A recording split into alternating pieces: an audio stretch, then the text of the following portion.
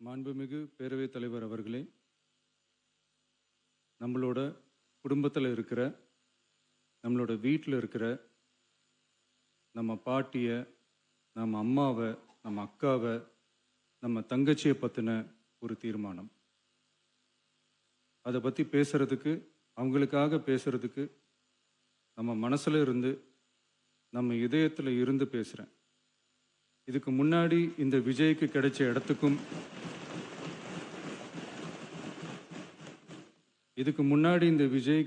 இடத்துக்கும் இன்னைக்கு இந்த விஜய்க்கு கிடைச்சிருக்கிற இடத்துக்கும் மிகப்பெரிய காரணமாக இருக்கிறதுல என்னோட பாட்டி, அம்மா, அக்கா, தங்கச்சிங்க தான்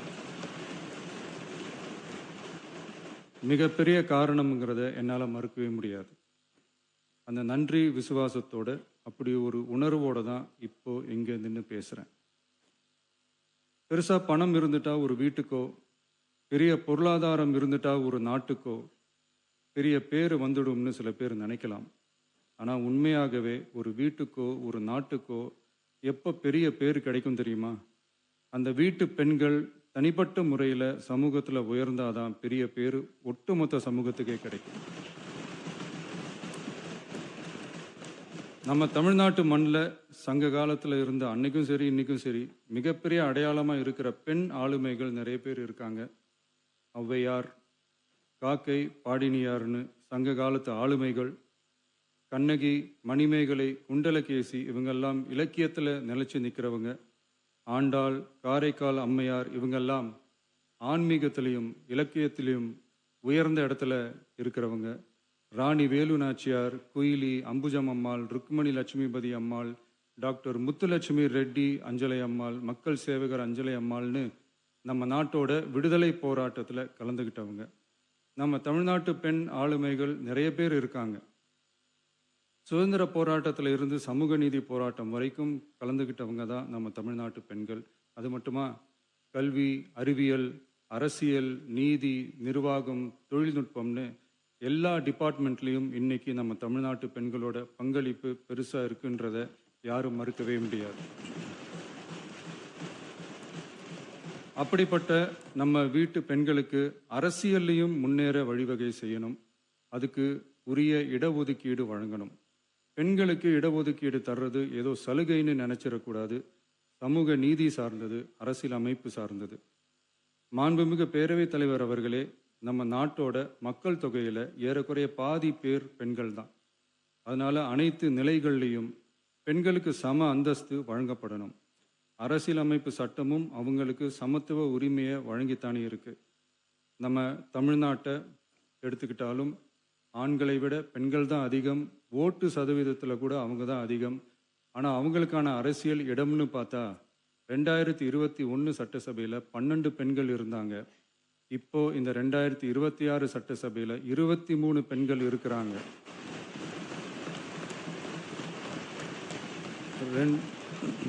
ரெண்டு மடங்கு ஆகி இருக்கு. ஆனாலும் சதவீத கணக்குப்படி பெருசா உயரல. மாண்புமிகு பேரவைத் தலைவர் அவர்களே, ஒன்றிய அரசு 2023ஆம் ஆண்டு மக்களவை, அனைத்து மாநில சட்டமன்றங்கள் மற்றும் டெல்லி யூனியன் பிரதேச சட்டமன்றத்தில் பெண்களுக்கென 1/3 பங்கு தொகுதி ஒதுக்கீட்டை கட்டாயமாக்கி 106வது அரசியல் சாசன திருத்த சட்டத்தினை 2023 செப்டம்பர் 28 நிறைவேற்றி 2026 ஏப்ரல் 16 முதல் நடைமுறைக்கு வந்துள்ளது. இருப்பினும் மேற்படி தொகுதி ஒதுக்கீடானது மக்கள் தொகை கணக்கெடுப்பு மற்றும் அதை தொடர்ந்து நடக்கும் தொகுதி மறுவரையறை பணிகளுக்கு பிறகுதான் முழுமையாக நடைமுறைக்கு வரும் என்று தெரிவிக்கப்பட்டுள்ளது. மேலும் ஒன்றிய அரசு 2026ஆம் ஆண்டு 131வது அரசியல் சாசன திருத்த சட்ட மசோதாவையும் 2026ஆம் ஆண்டு தொகுதி மறுவரையறை சட்ட மசோதாவையும் தாக்கல் செய்து 2026 ஏப்ரல் 17 2/3 பங்கு உறுப்பினர்களில் ஆதரவு இல்லாமல் மசோதா நிறைவேறவில்லை. அவ்வாறு மக்கள் தொகை கணக்கெடுப்பு மற்றும் தொகுதி மறுசீரமைப்புடன் பெண்களுக்கான தொகுதி ஒதுக்கீட்டை இணைப்பதால் அதனை நடைமுறைப்படுத்த மேலும் பல ஆண்டுகள் காலதாமதம் ஆகலாம். மாண்புமிகு பேரவைத் தலைவர் அவர்களே, நாடாளுமன்றம் மற்றும் மாநில சட்டமன்றங்களில் மகளிருக்கென 1/3 பங்கு தொகுதி ஒதுக்கீட்டு செய்து சட்டம் நிறைவேற்றப்பட்டிருந்த போதிலும் அதனை நடைமுறைப்படுத்துவதில் ஏற்படும் கால தாமதத்தினால் அச்சட்டம் நிறைவேற்றப்பட்டதன் நோக்கம் நிறைவேறாமல் காலம் தாழ்த்தப்படும் சூழ்நிலை உருவாகியுள்ளது. இது பெண்களின் அரசியல் உரிமையை மறுக்கும் செயலாகும். எனவே மகளிருக்கான தொகுதி ஒதுக்கீட்டை மக்கள் தொகை கணக்கெடுப்பு மற்றும் தொகுதி மறுவரையுடன் இணைத்து அதனை ஒத்திவைக்க கூடாது.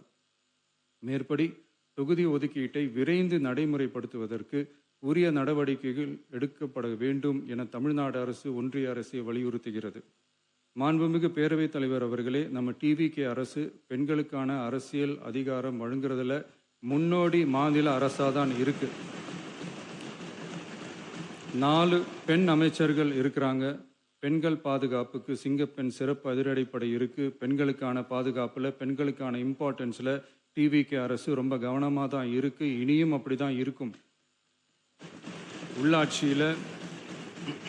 உள்ளாட்சியில பெண்களுக்கு 50% இடஒதுக்கீடு கொடுத்ததும் இன்னைக்கு ஆயிரக்கணக்கான பெண்கள் மக்கள் பிரதிநிதிகளா மாறி இருக்காங்க. அவங்களோட தலைமை பண்பும் ப்ரூவ் ஆகி இருக்கு.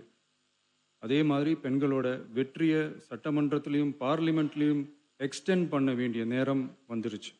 மாண்புமிகு பேரவைத் தலைவர் அவர்களே, இன்று இந்த பேரவையின் வாயிலாக பெண்களுக்கான 33% இடஒதுக்கீட்டை இனியும் தாமதிக்காமல் நடைமுறைப்படுத்த வேண்டும் என்று ஒன்றிய அரசை வலியுறுத்துகிறோம். இது பெண்களுக்கான சலுகை இல்லை, இது அவர்களுடைய ஜனநாயக உரிமை. இது ஒருவருக்கான வெற்றி அல்ல, இது இந்திய ஜனநாயகத்தின் வெற்றி. ஒரு பெண் அதிகாரம் பெறும்போது ஒரு குடும்பம் உயர்கிறது. ஆயிரக்கணக்கான பெண்கள் அதிகாரம் பெறும்போது ஒரு நாடே உயர்கிறது.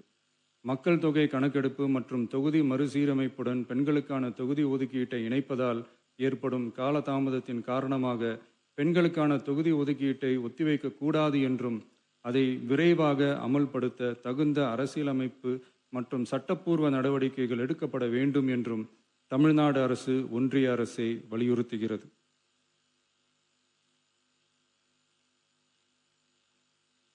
மாண்புமிகு பேரவைத் தலைவர் அவர்களே, டீலிமிட்டேஷன் தொடர்பான ஆலோசனை கூட்டம் தமிழ்நாட்டு மக்களவை மற்றும் மாநிலங்களவை உறுப்பினர்களுடன் தமிழ்நாடு அரசால் நமது தலைமையில் 8/8/2026 அன்று கலைவாணர் அரங்கத்தில் நடந்துச்சு. அந்த கூட்டத்தில் தமிழ்நாட்டை சேர்ந்த அனைத்து மக்களவை மற்றும் மாநிலங்களவை உறுப்பினர்களுக்கும் அழைப்பு விடுக்கப்பட்டு இந்திய தேசிய காங்கிரஸ் கட்சியின் 11 உறுப்பினர்களும், விடுதலை சிறுத்தைகள் கட்சியின் 2 உறுப்பினர்களும், இந்திய கம்யூனிஸ்ட் கட்சியின் 2 உறுப்பினர்களும், மார்க்சிஸ்ட் கம்யூனிஸ்ட் கட்சியின் 2 உறுப்பினர்களும், இந்திய யூனியன் முஸ்லீம் லீக் கட்சியின் உறுப்பினரும் மற்றும் மறுமலர்ச்சி திராவிட முன்னேற்ற கழகத்தின் உறுப்பினரும் என 6 கட்சிகளை சேர்ந்த உறுப்பினர்கள் பங்கேற்றாங்க. இந்த கூட்டத்தில் டீலிமிட்டேஷன் தொடர்பாக விரிவாக ஆலோசிக்கப்பட்டுச்சு. அந்த ஆலோசனையில் டீலிமிட்டேஷன்னால தமிழ்நாடு மற்றும் தென் மாநிலங்களுக்கு ஏற்படக்கூடிய பாதிப்புகள் குறித்தும் அதை சரி செய்யறதுக்கான வழிமுறைகள் குறித்தும் விவாதிக்கப்பட்டு இறுதியில் டீலிமிட்டேஷன் தொடர்பாக சட்டமன்றத்தில் ஒரு தீர்மானம் இயற்றலாம்னு முடிவானுச்சு. மாண்புமிகு பேரவைத் தலைவர் அவர்களே, இந்தியாவில் 1952ஆம் ஆண்டு முதல் பொது தேர்தல் நடத்தப்பட்டது. அது தொடர்ந்து ஒவ்வொரு 10 ஆண்டுகளுக்கு ஒரு முறை நடத்தப்படுற சென்சஸ் டீட்டெயில்ஸ் படி மக்களவை மற்றும் சட்டப்பேரவை தொகுதிகளின் எண்ணிக்கையை மறுசீரமைப்பு செஞ்சு 1976 வரை தேர்தல்கள் நடத்தப்பட்டது. இந்த நிலையில் 1976ஆம் ஆண்டு 42வது அரசியலமைப்பு சட்ட திருத்தப்படி மக்கள் தொகையை சிறப்பாக கட்டுப்படுத்தும் மாநிலங்களுக்கு டீலிமிட்டேஷன் காரணமா மக்களவை உறுப்பினர் எண்ணிக்கையில் எந்தவித பாதிப்பும் ஏற்படக்கூடாது என்பதற்காக அடுத்த 25 வருஷத்துக்கு 1971ஆம் ஆண்டு சென்சஸ் படி பாராளுமன்ற உறுப்பினர்களின் எண்ணிக்கை வைக்கப்படும்னு சட்டம் இயற்றப்பட்டது. அதை தொடர்ந்து அதே நிலையை முன்னிறுத்தி 84வது மற்றும் 87வது அரசியலமைப்பு சட்ட திருத்தம் 1971 சென்சஸ் படி மக்களவை தொகுதிகள் நிலைநிறுத்தப்பட்டன. இந்த திருத்தங்களோட நோக்கமே மக்கள் தொகை கட்டுப்பாட்டை செயல்படுத்திய மாநிலங்களின் உரிமைகளை பாதுகாக்கிறது தான். மாண்புமிகு பேரவைத் தலைவர் அவர்களே, அந்த 25 வருஷ லிமிட் இந்த 2026 முடியுது. இதை முன்னிட்டு கடந்த 50 வருஷமாக இருந்து வந்த டீலிமிட்டேஷன் தடையை அகற்றி 2011 சென்சஸ் அடிப்படையில் மக்களவை மற்றும் சட்டப்பேரவை தொகுதிகளின் எண்ணிக்கையை நிர்ணயிக்க நாடாளுமன்றத்தில் ஒரு மசோதா ஏப்ரல் 2026 அறிமுகப்படுத்தப்பட்டு அந்த மசோதா தோல்வியில் முடிஞ்சது. இப்போ மீண்டும் ஒன்றிய அரசு மக்களவை உறுப்பினர்களின் எண்ணிக்கையை 50% அதிகரிக்க செய்து டீலிமிட்டேஷன் மசோதாவை அறிமுகப்படுத்த உத்தேசித்து இருப்பதா சில அரசியல் கட்சிகள் தெரிவிப்பதா கூறப்படுது. இந்த வரக்கூடிய மசோதா குறித்து 8/8/2026 பாராளுமன்ற உறுப்பினர்களோட நடந்த கூட்டத்தில் விவாதிச்சப்போ மேலே சொன்ன மாதிரி தற்போது அறிமுகப்படுத்தப்பட உள்ள மசோதா நிறைவேறினால் ஒவ்வொரு மாநிலத்துக்கும் தலா 50% மக்களவை உறுப்பினர்களின் எண்ணிக்கையை முதலில் அதிகரித்தாலும் அதனைத் தொடர்ந்து 2026 சென்சஸுக்கு பிறகு அரசியலமைப்பு பிரிவு ஆர்டிகல் 81(2)A அதன் கீழ் மாநிலத்தின் மக்கள் தொகையின் அடிப்படையில் தொகுதிகள் மறுசீரமைக்கப்படும். இப்படி செஞ்சா தென் மாநிலங்களின் பாராளுமன்ற உறுப்பினர் எண்ணிக்கை வெகுவா குறைய வாய்ப்பு இருக்கு. கடைசியில் மக்கள் தொகை கட்டுப்பாட்டை சிறப்பாக செயல்படுத்தின தமிழ்நாடு உள்ளிட்ட தென் மாநிலங்களுக்கு பெரும் அரசியல் பிரதிநிதித்துவ அநீதி இழைக்கப்படும். சர்வ வல்லமை பெற்றதா டீலிமிட்டேஷன் ஆணையம் இருக்கு. இந்த அதிகாரத்தை தவிர்த்து பாராளுமன்றத்திற்கே இறுதி செய்யும் அதிகாரம் இருக்க வேண்டும் என்ற கருத்தும் முன்வைக்கப்பட்டது. மாண்புமிகு பேரவைத் தலைவர் அவர்களே, தமிழ்நாட்டு உள்ளிட்ட தென் மாநிலங்கள் மக்கள் தொகை கட்டுப்பாட்டு திட்டங்களை சிறப்பாக செயல்படுத்தி பொருளாதார முன்னேற்றம் பெற்று வரும் நிலையில் கடந்த 50 ஆண்டுகளாக நடைமுறையில் உள்ள மக்களவை மற்றும் சட்டப்பேரவை தொகுதிகளின் எண்ணிக்கையை அப்படியே நிலைநிறுத்த வேண்டிய கட்டாய தேவை உள்ளது. எனவே தற்போதுள்ள மக்களவை உறுப்பினர்களின் எண்ணிக்கையான 543 என்ற அளவிலேயே நிரந்தரமாக வைப்பதற்கும் மாநிலங்களுக்கு இடையேயான எண்ணிக்கை பகிர்வை நிரந்தரமாக வைக்கவும், மேலும் தற்போது மக்களவை மற்றும் மாநிலங்களவையோட விகிதம் 2.2:1 என்ற அளவிலேயே நிலைநிறுத்த வேண்டும். அதற்கு தேவையான மற்றும் உரிய சட்ட திருத்தங்கள் பாராளுமன்றத்தில் கொண்டு வர வேண்டும் என்ற கருத்தை ஒருமனதாக தீர்மானிக்கப்பட்டுச்சு. மாண்புமிகு பேரவைத் தலைவர் அவர்களே, மகளிர் இடஒதுக்கீடு சட்டத்தினை அமுல்படுத்த மேலும் காலதாமதம் இல்லாமல் தற்போது 543 என்ற நிலையிலேயே 1/3 தொகுதி மகளிர் தொகுதிக்கு வருகின்ற 2029 பாராளுமன்ற தேர்தலில் நடைமுறைப்படுத்த வேண்டும் என்ற முன்மொழியும் தீர்மானிக்கப்பட்டுச்சு. ஆகவே மேற்கூறிய காரணங்களால் தமிழ்நாட்டில் உள்ள அனைத்து சட்டமன்ற கட்சியின் தலைவர்களும் ஒருமித்த கருத்தோடு தமிழ்நாட்டை முன்னிறுத்தி கட்சி வேறுபாடின்றி ஒருமித்த குரலில் பேச வேண்டும் என்ற கருத்தை வலியுறுத்தி நாம முன்மொழிகிற தீர்மானத்தை ஒருமனதாக நிறைவேற்றி தருமாறு கேட்டுக்கொள்கிறோம். தொகுதி மறுவரையறை மற்றும் மகளிர் இடஒதுக்கீடு அரசினர் தனி தீர்மானம். தமிழ்நாடு உள்ளிட்ட அனைத்து மாநிலங்கள் மற்றும் யூனியன் பிரதேசங்களில் மக்களவை சட்டப்பேரவை உறுப்பினர்களின் எண்ணிக்கையானது கடந்த 50 ஆண்டுகளாக 1971ஆம் ஆண்டினுடைய மக்கள் தொகை கணக்கெடுப்பு புள்ளி விவரங்களின்படி நிர்ணயிக்கப்பட்டு தேர்தல்கள் நடத்தப்பட்டு வருகிறது. ஏப்ரல் 2026 பாராளுமன்றத்தில் கடந்த 50 ஆண்டு கால தொகுதி மறுவரையறை தடையை நீக்கவும் 2011ஆம் ஆண்டு மக்கள் தொகை கணக்கெடுப்பு அடிப்படையில் தொகுதி மறுவரையறை செய்திடவும் மக்களவை உறுப்பினர்களின் எண்ணிக்கையை 550 850 அதிகரிக்கவும் கொண்டுவரப்பட்ட அரசியலமைப்பு சட்ட திருத்த மசோதா தோல்வியடைந்தது. இந்நிலையில் மீளவும் மேற்குறிப்பிட்ட அரசியலமைப்பு சட்ட திருத்த மசோதா கொண்டுவரப்பட உள்ளது என தெரிந்ததின் அடிப்படையில் 1971க்கு பிறகு உள்ள எந்த மக்கள் தொகை கணக்கெடுப்பை அடிப்படையாக கொண்டு தொகுதி மறுவரையறை செய்தாலும் மக்கள் தொகையை சிறப்பாக கட்டுப்படுத்திய தமிழ்நாடு உள்ளிட்ட தென் மாநிலங்களின் நாடாளுமன்ற பிரதிநிதித்துவம் நிரந்தரமாக பாதிக்கப்படும் என்பது நிதர்சனமான உண்மை. ஒன்றிய அரசு அளித்த உறுதியின்படி மக்கள் தொகை கட்டுப்பாட்டு திட்டங்களை சிறப்பாக செயல்படுத்தி நல்ல பொருளாதார வளர்ச்சி கண்டு நல்ல சுகாதாரம் மக்கள் நல திட்டங்களை மேற்கொண்டு வரும் எந்த ஒரு மாநிலமும் தொகுதி மறுவரையால் பாதிக்கப்படாமல் பார்த்து கொள்வது ஒன்றிய அரசின் தலையாய கடமையாகும்.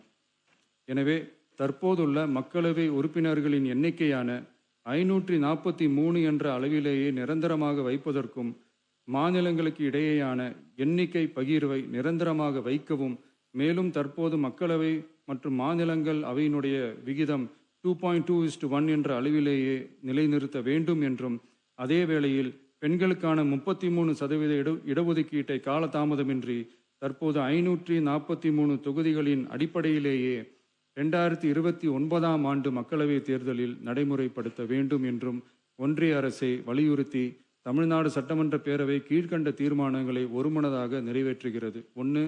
நாடாளுமன்ற மக்களவையின் மொத்த உறுப்பினர்களின் எண்ணிக்கையை 543 என்ற நிலையிலேயே நிரந்தரமாக்க வேண்டும். 2. தற்போதுள்ள மக்களவை உறுப்பினர்களின் இடங்களின் எண்ணிக்கையை மாநிலங்களுக்கிடையே, அதாவது விகிதாச்சார பிரதிநிதித்துவம் தற்போதுள்ள அளவிலேயே நிரந்தரமாக்க வேண்டும். 3. வரவிருக்கும் மக்களவை பொது தேர்தலிலும் அதன் பிறகு சட்டமன்ற பொது தேர்தல்களிலும் 1/3 தொகுதி ஒதுக்கீட்டு பலனை பெண்கள் பெறுவதை உறுதி செய்ய வேண்டும் என ஒன்றிய அரசை தமிழ்நாடு சட்டமன்ற பேரவை ஒருமனதாக வலியுறுத்துகிறது. மாண்புமிகு பேரவைத் தலைவர் அவர்களே, இந்த தீர்மானம் ஒரு அரசியல் கட்சியின் தீர்மானம் அல்ல, தமிழ்நாட்டின் உரிமையை நிரந்தரமாக பாதுகாக்கும் தீர்மானம். எனவே அனைத்து கட்சிகளை சேர்ந்த மாண்புமிகு பேரவை உறுப்பினர்கள் இந்த தீர்மானத்தை ஒருமனதாக நிறைவேற்றி தர வேண்டும் என்று கேட்டுக்கொள்கிறோம். நன்றி.